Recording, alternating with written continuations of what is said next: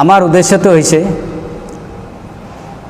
गोरखाসকলৰ জাতীয় সমস্যাক লৈ আমি ইউপিপিএলৰ দলৰ নেতৃত্বত থকা সন্মাননীয় প্ৰমোদ বড়ো ডাঙৰীয়াৰ লগত আমি 10 মাৰ্চ তাৰিখে ৰংগিয়াত এটা সভাত বহিছিলোঁ। তাত আমি 13 দফীয়া দাবীৰে গোৰখাসকলৰ সমস্যাৰ ওপৰত বিস্তৃত আলোচনা কৰি 13 দফীয়া দাবী এখন আমি দিছিলোঁ তেখেতসকলক। সেই 13 দফীয়া দাবীত আমাৰ অগ্ৰাধিকাৰ হিচাপে আমি ৰাখিছিলোঁ ভূমি অধিকাৰ মেইনলি, আৰু সেকেন্ডলি আমাৰ নুনাই চেৰপাঙত আৰু পাঁচনৈ চেৰপাঙত দুজন কেণ্ডিডেট দিব লাগে বুলি আমি তেওঁলোকক দাবী জনাইছিলোঁ। আৰু সেই মৰ্মে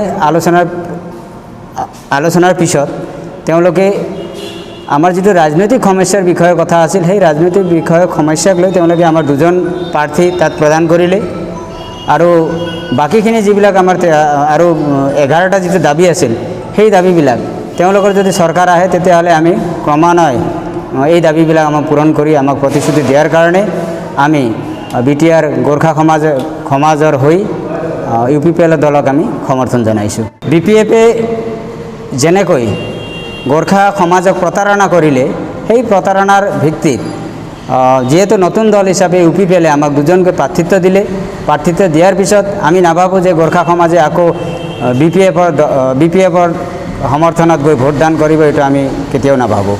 কাৰণ আমাৰ সমস্যাবিলাক বিপিএফ দলে আমাৰ সমস্যাবিলাক সমাধান কৰা নাই, এইটো আমি স্পষ্টকৈ ক'ব পাৰোঁ। আৰু আমি ৰাইজক অনুৰোধ জনাইছোঁ, আপোনালোকৰ মাধ্যমেদি আমি ৰাইজক আমাৰ গোৰ্খা ৰাইজক অনুৰোধ জনাইছোঁ ইউপিপিএলৰ সমৰ্থনত ভোট প্ৰদান কৰিবলৈ আমি আহ্বান জনাইছোঁ। মই বড়ো নেতৃত্বসকলক মই ধন্যবাদ দিব বিচাৰিছোঁ, যিটো এটা দীঘলীয়া এটা আন্দোলন ইয়াত হৈ গ'ল। এই দীঘলীয়া আন্দোলনৰ মাজত প্ৰমোদ বড়োদেৱৰ নেতৃত্বত, গোবিন্দ বসুমতাৰীদেৱৰ নেতৃত্বত তেওঁলোকে বড়ো ভূমিত শান্তিৰ এটা বিৰাজমান কৰিবৰ কাৰণে যিটো বিটিআৰ চুক্তি কৰিলে আনিলে তাক আমি ৱেলকাম কৰিছোঁ। আমি বিটিচিৰ টাইমতো ৱেলকাম কৰিছিলোঁ, আৰু বিটিচিৰ টাইমত যেতিয়া বিএলটি আছিল তেওঁলোককো আমি ৱেলকাম কৰি চৰকাৰত বহাইছিলোঁ। কিন্তু সমস্যাবিলাক সমাধান নকৰাৰ কাৰণে গোৰ্খা সমাজ তেওঁলোকৰ ওপৰত আজি অতিকৈ বেয়া পাইছে, আমি বেয়া পাইছোঁ। কিন্তু এতিয়া ইউপিপিএল দলত আহি বিটিআৰ চুক্তিৰ পিছত ইউপিপিএল নতুনকৈ দল গঠন হোৱাৰ পিছত তেওঁলোকে আকৌ গোৰ্খা সমাজত কাষ চপাৰ কাৰণে আমি আমাৰ সমস্যাবিলাক আকৌ 2003 চনত যেনেকৈ আমি ৰাখিছিলোঁ ঠিক সেই একে প্ৰকাৰে তেওঁলোকৰ ওচৰত আমাৰ সমস্যাবিলাক ৰাখি পেলাই তেওঁলোকৰ ওচৰত আমি সমাধানৰ ব্যৱস্থাৰ যিটো এটা ব্যৱস্থা কৰিছোঁ। তাৰ আমাৰ প্ৰমোদ বড়ো ডাঙৰীয়া আৰু গোবিন্দ চন্দ্ৰ বসুমতাৰীৰ ওপৰত আমাৰ বিশ্বাস আছে। মই ইয়াত বড়ো আৰু অবড়োৰ কথাটো আমি গোৰ্খাসকল কেতিয়াও বড়ো আৰু অনাবড়োত যোৱা নাই, তেওঁলোকে কেনেধৰণে অৰ্গেনাইজেশ্যন কৰি আছে সেইটো তেওঁলোকেই বুজিব, মই তেওঁলোকৰ কথাবিলাক মই ইয়াত ক'বলৈ নাযাওঁ। কিন্তু গোটেই বড়ো নেতৃত্বই জানে আমি কোনোদিনো বড়ো আৰু অবড়োৰ মাজত সোমাই পৰা নাই, আৰু বড়ো আৰু অবড়োৰ মাজত সোমাই নপৰাৰ কাৰণে আজি বড়োসকলে আমাক বিশ্বাসত লৈছে, আমিও আৰু বড়োসকলৰ মাজত বিশ্বাসত থাকিছোঁ। এইটো এটা গোৰ্খাসকলৰ কাৰণে ডাঙৰ এটা কাৰণ। নাই, ইয়াত বড়ো আৰু অবড়োৰ কথাটো আহিবই নালাগে, কোন বড়ো কোন অবড়ো এইটো নহয়। যিটো জাতি জনগোষ্ঠী আছে ইয়াত বসবাস কৰা বিটিআৰত বসবাস কৰা যিমান জাতি জনগোষ্ঠী আছে তেওঁলোকৰ সৰ্বাংগীন বিকাশ হ'ব লাগে, ইয়াত বড়ো আৰু অনাবড়োৰ কথাবিলাক আহি থাকিব নালাগে, এইটো আমি খুবেই বেয়া পাওঁ। ৰিহন দৈমাৰী ডাঙৰীয়াক মই এটাই কথা ক'ব বিচাৰোঁ, তেখেতে বিশেষকৈ ইয়াত থকা গোৰ্খাসকলৰ ভোটৰ পৰিৱৰ্তনত তেওঁ ইমান দিনে বিধায়ক হৈ থাকিল, তেওঁ এইটো কথা নিশ্চয় জানে।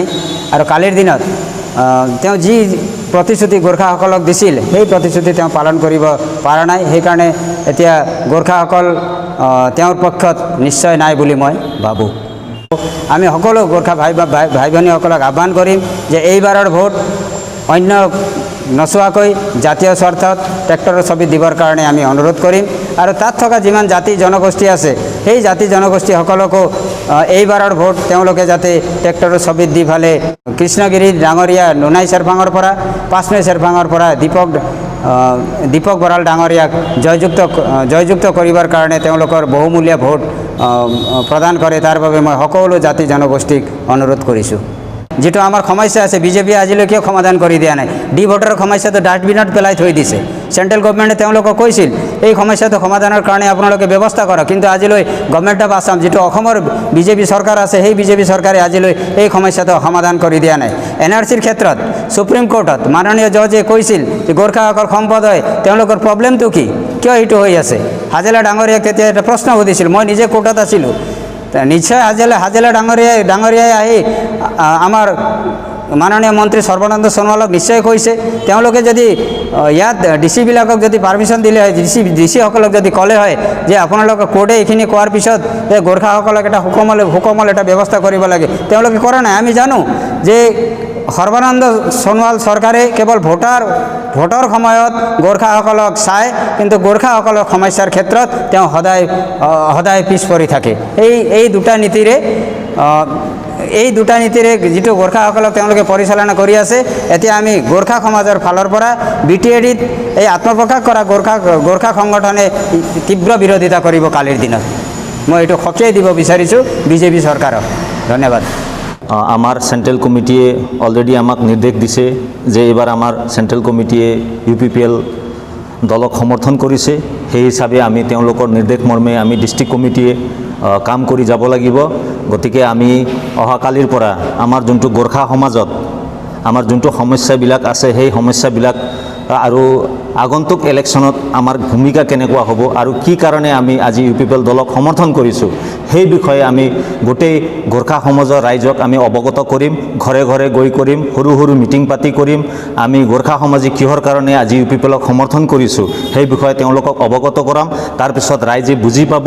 বুজি পোৱাৰ পিছত আজি নতুনকৈ গঠন হোৱা BTR যোনটো গঠন হ'বলৈ গৈ আছে, তাক আমি উইলিংলি সমৰ্থন কৰিম বুলি গোৰ্খা সমাজে এটা সিদ্ধান্ত গ্ৰহণ কৰিছে। গতিকে আমাৰ এটা বিশ্বাস, আমাৰ গোৰ্খা সমাজৰ প্ৰতি এটা শ্ৰদ্ধা আৰু মৰম আমাৰ আছে। আমি বিশ্বাস কৰোঁ গোৰ্খা সমাজক। আমাৰ যোনটো সমস্যাবিলাক আছে, সেই সমস্যাবিলাক লৈ গ'লে তেওঁলোকে নিশ্চয় বুজি পাব। আজি 15 বছৰ ৰাজত্ব কৰা যোনটো চৰকাৰ চলি আছিল, তেওঁলোকে আমাৰ গোৰ্খা সমাজৰ বহুত সমস্যাবিলাক তেনেকৈ পেলাই থৈ দিলে। কোনো সমস্যাই আমাৰ সমাধান নহ'ল আজিলৈকে। এটা অন্তত তেনেকুৱা দেখাব পৰা নাযায় যে আমাৰ এটা সমস্যা সমাধান হৈছে বুলি। সেইটো আজিলৈকে তেনেকুৱা সমস্যাই হৈ ৰৈ গ'ল।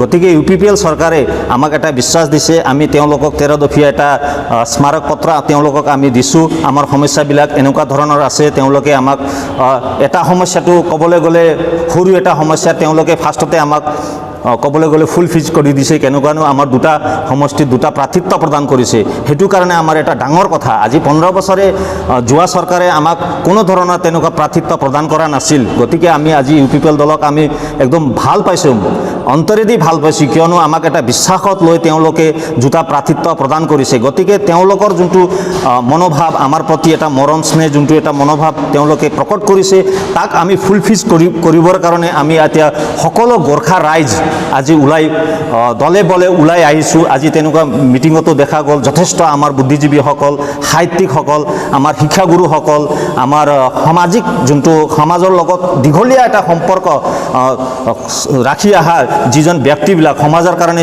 যি ব্যক্তিয়ে নিস্বাৰ্থভাৱে জাতিৰ কাৰণে চিন্তা কৰি অহা ব্যক্তিবিলাক আজি উপস্থিত হৈছিল। নহ'লেও ইয়াতে ছ'চিয়েল ডিষ্টেঞ্চ মেইনটেইন কৰি আমি মাস্ক পিন্ধি পিনে চেনিটাইজাৰ ইউজ কৰি পিনে আমি অন্ততঃ 150 মানুহে আমাক সহায় সহযোগিতা প্ৰদান কৰিছিল। গতিকে আমি উৎফুল্লিত হৈছোঁ যে আগন্তুক BTR ইলেকশ্যনত সকলো BTR-বাসী গোৰ্খা সমাজে উইলিংলি আন্তৰিকভাৱে আমি BTR চৰকাৰ যোনটো বনাবলৈ গৈ আছে UPPL দলক উইলিংলি সমৰ্থন কৰিম। সেই হিচাপে আমি ওলাই আহিছোঁ। সেইখিনি বক্তব্য মই ৰাখি সকলো গোৰ্খা ৰাইজক আপোনালোকে বিশ্বাসত লওক আমাক, আৰু আমি যেনেকুৱা জাতিৰ কাৰণে কাম কৰিবলৈ ওলাই আহিছোঁ, আগন্তুক আপোনাৰ এটা ভোটৰ কাৰণে আজি আমাৰ জাতিৰ যদি কিবা এটা উন্নতি হয়, জাতিৰ কাৰণে যদি কিবা এটা ভাল হয়, গতিকে আপুনি সেই কথাটো চিন্তা কৰিব লাগে বুলি আমি সেই কথাই লৈ ৰাইজৰ ওচৰত যাম বুলি আমি চিন্তা কৰিছোঁ। আৰু আমাৰ ওদালগুৰি ডিষ্ট্ৰিক্টত UPPLৰ যিকেইজন প্ৰাৰ্থিত্ব প্ৰদান কৰা হৈছিল তেওঁলোকক সকলোকে আমি গোৰ্খা সমাজে পূৰ্ণ সমৰ্থন প্ৰদান কৰিছোঁ।